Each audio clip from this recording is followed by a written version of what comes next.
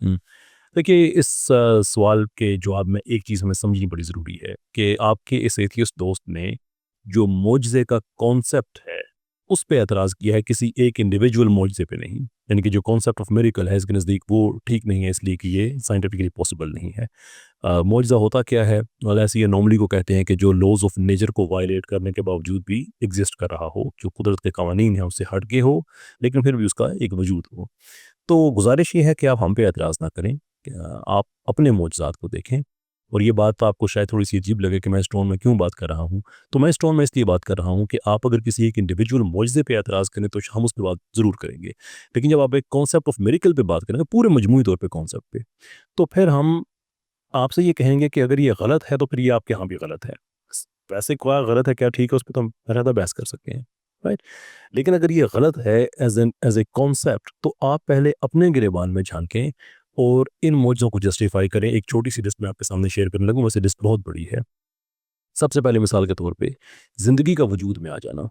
ये एथियस्ट्स के लिए बहुत बड़ा मुआज़ा है, क्योंकि ये तो कहते हैं ना कि हम साइंटिफिकली हर चीज़ को एक्सप्लेन करते हैं, तो आप साइंटिफिकली लाइफ़ की जो एक्सिस्टेंस है आप इसे एक्सप्लेन कर दें। चैलेंज आप कीजिए।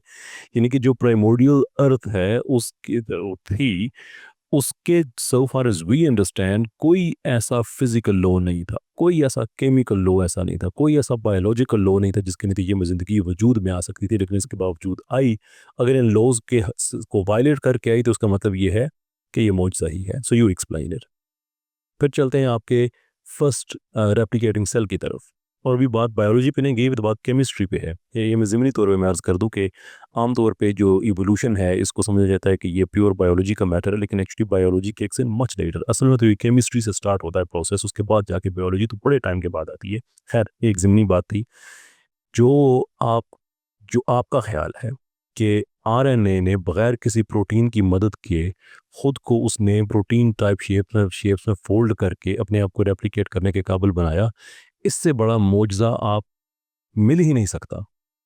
क्योंकि आज भी एक सेल के अंदर जब डीएनए और आरएनए खुद को कॉपी करते हैं तो उसके लिए कई तरह के प्रोटीन्स की ज़रूरत होती है। इनके डीएनए जब नई इंस्ट्रक्शंस, और मैं आऊँगा डिटेल बेस पे भी हम बात करेंगे, जब वो नई इंस्ट्रक्शंस जनरेट करता है तो डीएनए से जो इन्फॉर्मेशन कॉपी होती है उसके लिए प्रोटीन चाहिए होते हैं। How the heck did it happen कि वो जो आपको पहला सेल चाहिए था या पहले सेल्स में से कोई एक सेल चाहिए था जो बगैर किसी प्रोटीन के खुद को रेप्लिकेट करने के काबिल था। ये मुआजिज़ा नहीं है तो और क्या है?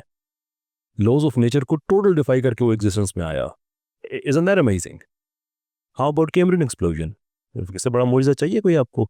मुख्तलिफ कैलकुलेशन के मुताबिक कोई कहते हैं 70, कोई कहते हैं 20, कोई कहते हैं इवन 8 मिलियन तक भी बात आ गई है कि 8 मिलियन ईयर्स के अंदर अंदर नए जानवर जो थे वो ऐसे इवॉल्व हुए कि जैसे पहले कभी हुए ही नहीं। कुछ इवेंट्स और मिलते हैं लेकिन कैम्ब्रियन जैसा नहीं मिलता ना। आप यही कहते हैं ना कि एवोल्यूशन को ऑब्जर्व इसलिए नहीं किया जा सकता कि ये पेनफुली स्लो प्रोसेस है। कैम्ब्रियन में तो ऐसा नहीं हुआ। जियोलॉजिकल टाइम फ्रेम में तो ये कुछ भी नहीं है। 20 मिलियन भी मान लेना, अगर कुछ भी नहीं है, ये एब्सोल्युटली नथिंग। मुआजिज़ा नहीं है तो और क्या है? अच्छा ये हैं छोटे मुआजिज़े। अब इनके बड़े मुआजिज़े की तरफ अगर आए ना हम, तो ये मैं बात कर रहा था प्रोटीन्स और सेल की।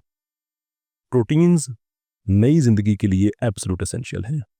अब होता क्या है, एक सेल के अंदर, सेल का जो न्यूक्लियस है उसके अंदर एक पूरा एक एक जहां आबाद होता है। यानी डीएनए इंस्ट्रक्शंस जारी करता है और उसके 4 ही न्यूक्लियोटाइड्स हैं, यानी कि उसके जो अल्फ़ाबेट्स हैं, अगर आप कह लें ए, टी, सी और जी। इन 4 में से 3 को वो यूज़ करके नए कॉम्बिनेशन बनाता है जिसमें इंस्ट्रक्शन होती है कि नए प्रोटीन्स किस तरह के होने चाहिए। वो इन्फॉर्मेशन फिर आरएनए में, एमआरएनए इन पर्टिकुलर जो मैसेंजर आरएनए है उसमें कॉपी होती है, और वहाँ से फिर जाके उसी सेल के दूसरे हिस्से में पूरी फैक्ट्री है जहाँ से प्रोटीन बनते हैं। ठीक है? राइबोसोम की मैं बात कर रहा हूँ। अब वहाँ से नए प्रोटीन्स बनते हैं। अब मुझे इससे कोई प्रॉब्लम नहीं है, हमारे लिए ये भी ठीक है। लेकिन सवाल ये है कि आपने अगर नए प्रोटीन्स जारी करने हैं, उसके लिए जो इंस्ट्रक्शंस चाहिए, वो बिल्कुल ठीक होनी चाहिए। अब हमारे लिए ये मसला क्यों नहीं है? इसलिए कि हम अल्लाह को मानते हैं, कहते हैं कि अल्लाहु अला कुल्ली शैइन कदीर, बात खत्म, अल्लाह हर चीज़ पे कादिर है, वो कुन कहता है फयकून, हो जाता है। End of story. The moment you put a label of this process being random on it, that is a miracle. जो ही आप इसे रैंडम कहेंगे ये मौजज़ा हो जाएगा। क्योंकि जब रैंडम होना तो फिर ये जो इंस्ट्रक्शंस डीएनए की तरफ से आती हैं ये प्रिसाइज नहीं होनी चाहिए। Let me put it this way to you. अगर आपने लिखना है ना कैट, CAT, आपके पास 3 हरूफ तो होने चाहिए। ये एक रिक्वायरमेंट है। दूसरी रिक्वायरमेंट क्या है कि ये 3 हरूफ जो हैं ये इसी प्रिसाइज ऑर्डर में लिखे होने चाहिए, सी फिर ए फिर टी।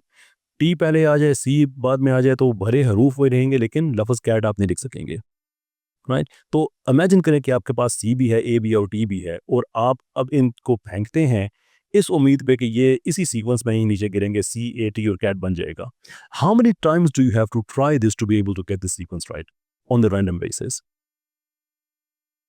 प्रोबेबिलिटी क्या है, खुदा जाने क्या है। लेकिन अगर आप 150 अमीनो एसिड्स का, ये मैं आपको डॉक्टर डगलस रैक्स की कैलकुलेशन बता रहा हूँ, 150 अमीनो एसिड्स का अगर आप एक स्ट्रिंग दें ना, अमीनो एसिड जिनके प्रोटीन की जो बिल्डिंग ब्लॉक्स हैं, तो जो इंफॉर्मेशन चाहिए उसके लिए डीएनए से अगर वो रैंडमली जनरेट हो तो उसके सक्सेस चांसेस क्या हैं? तो गौर से सुनिएगा, 1 इन 10 टू द पावर ऑफ 77, यानी कि 10 टू द पावर ऑफ 77 का मतलब ये है कि इतना बड़ा है कि इसके लिए जो जो बड़े जो जो नंबर्स हो जाते हैं ना, उसको उसको फिर इस तरह से हम आसान करके कहते हैं।